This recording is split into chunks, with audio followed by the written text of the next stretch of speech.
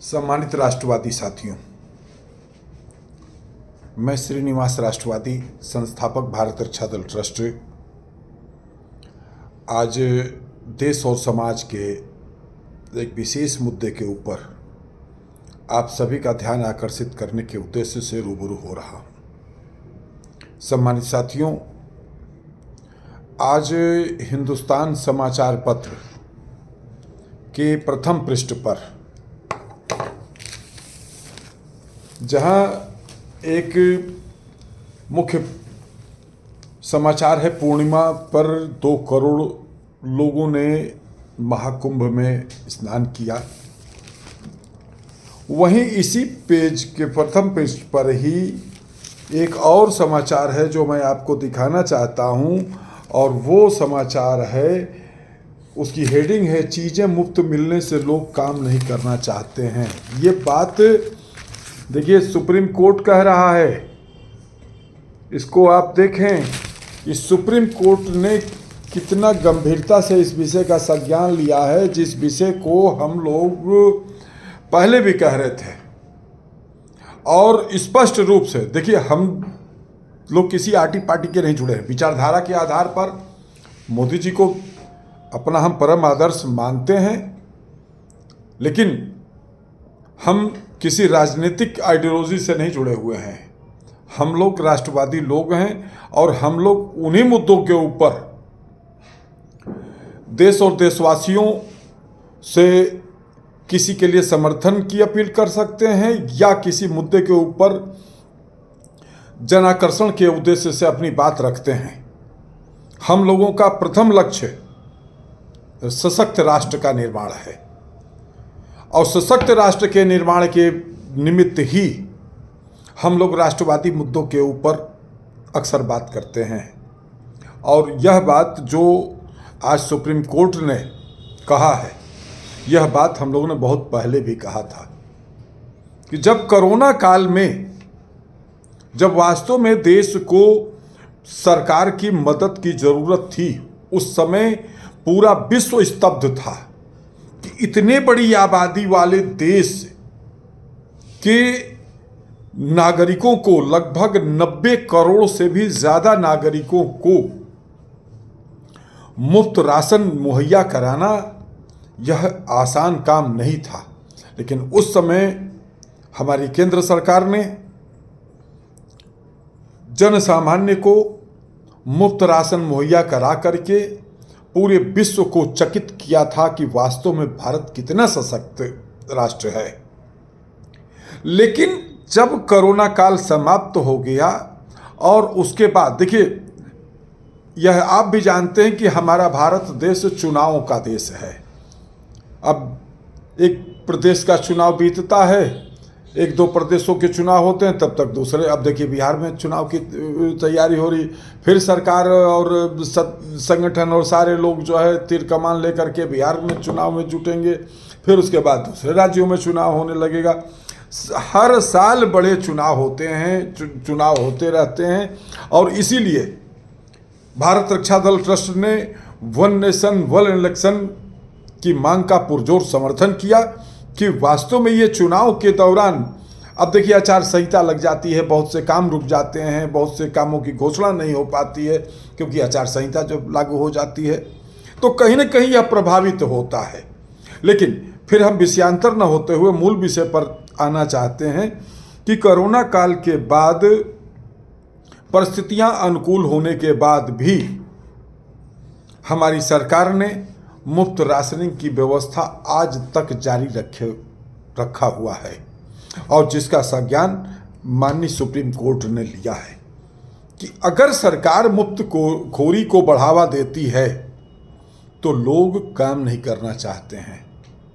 आज आप गांव में जाकर के देख लीजिए, आज गांव में श्रमिक नहीं मिल पाते हैं।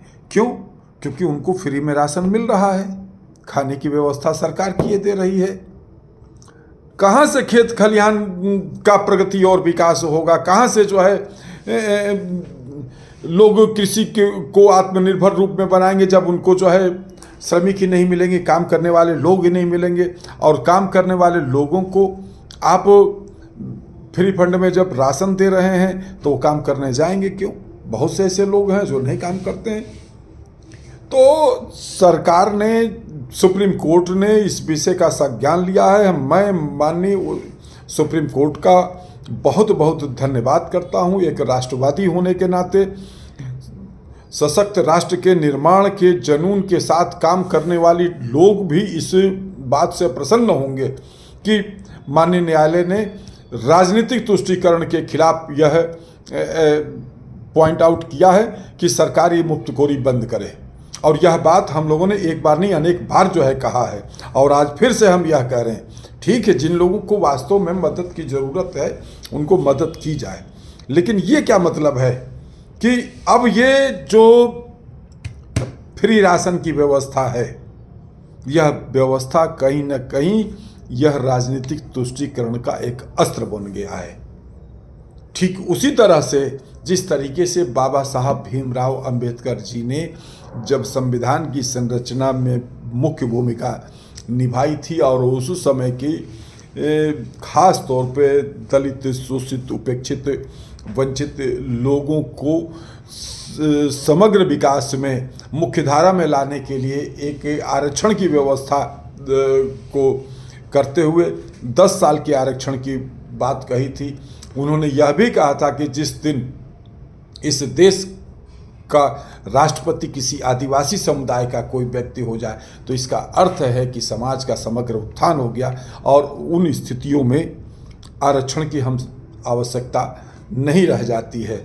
लेकिन आज कोई भी पार्टी, कोई भी राजनीतिक दल क्या बोलने की हिम्मत रखता है कि आरक्षण के खिलाफ बोल दे? नहीं बोल सकता है। सब जानते हैं क्या 75-80 सालों में जो है किसी का विकास नहीं हुआ? क्या हिम्मत करके कुछ ऐसे लोग हैं जो ये कहने को तैयार हैं कि भाई हमको आरक्षण से लाभ मिला है, हमारे परिवार की प्रगति हुई है, इसलिए अब हमारा परिवार आगे आरक्षण की सुविधा लेकर के अपने बलबूते, अपनी शैक्षिक योग्यता से, अपने समर्थ से आगे बढ़ेगा? एक व्यक्ति कोई नहीं आया है। हर कोई अभी भी गरीब बना हुआ है, लेकिन इसके खिलाफ आवाज़ कोई नहीं उठा सकता है, कोई नहीं बोल सकता है। क्यों? क्योंकि मामला वोटों का है, और यह भी इसी तरीके से यह वोटों की राजनीति बन गया है।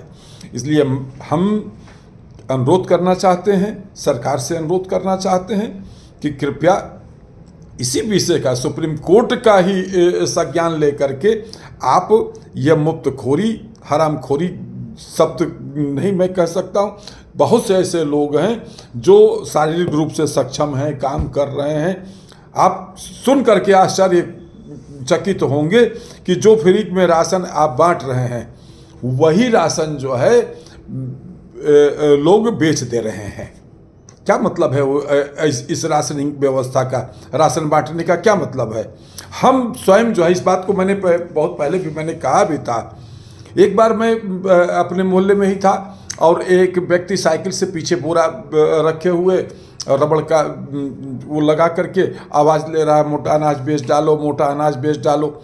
मैंने कहा यहाँ आओ यार, ये तुम जो है जहाँ 1000, 1200, 500, 600 स्क्वायर फीट के ज़मीन में लोग मकान बना करके रह रहे हैं, या और खेत खलिहान यहाँ कहाँ है लोगों का कि तुम मोटा अनाज बेच डालो कह रहे हो और आवाज़ लगा रहे हो?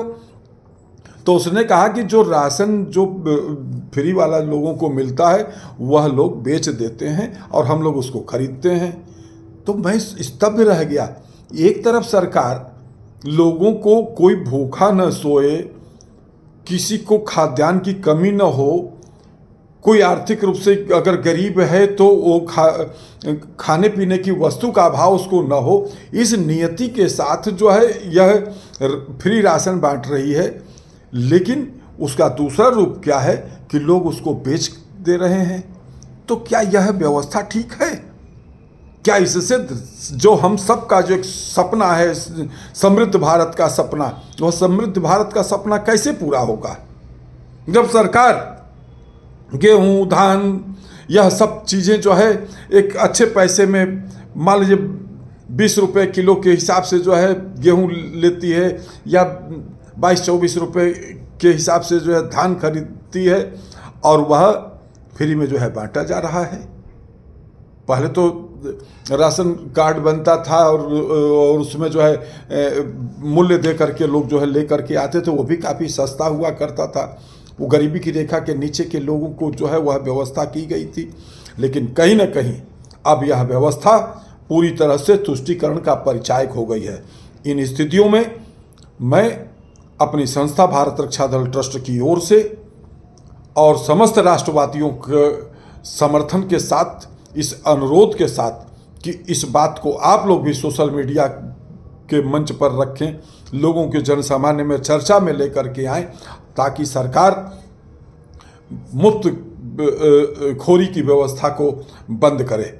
हम साथ ही यह भी मांग करना चाहते हैं, अगर कोई सरकार, कोई पार्टी चुनाव के पहले घोषणा करती है कि हम चुनाव जीतने के बाद जो है प्रत्येक नागरिक को या महिलाओं को या इस वर्ग के लोगों को हम इतने रुपया महीना देंगे या कुछ और सुविधा देने की बात करते हैं, उन स्थितियों में भी चुनाव आयोग का धर्म है कि वह उस राजनीतिक पार्टी से पूछे कि आप यह कहाँ से व्यवस्था करेंगे, इस धन की व्यवस्था आप कहाँ से करते हैं।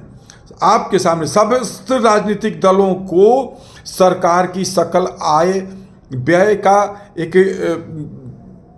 वो दिया जाना चाहिए, ब्यौरा देना चाहिए कि सरकार की हर साल की आमदनी यह है, सरकार के हर साल का यह व्यय है।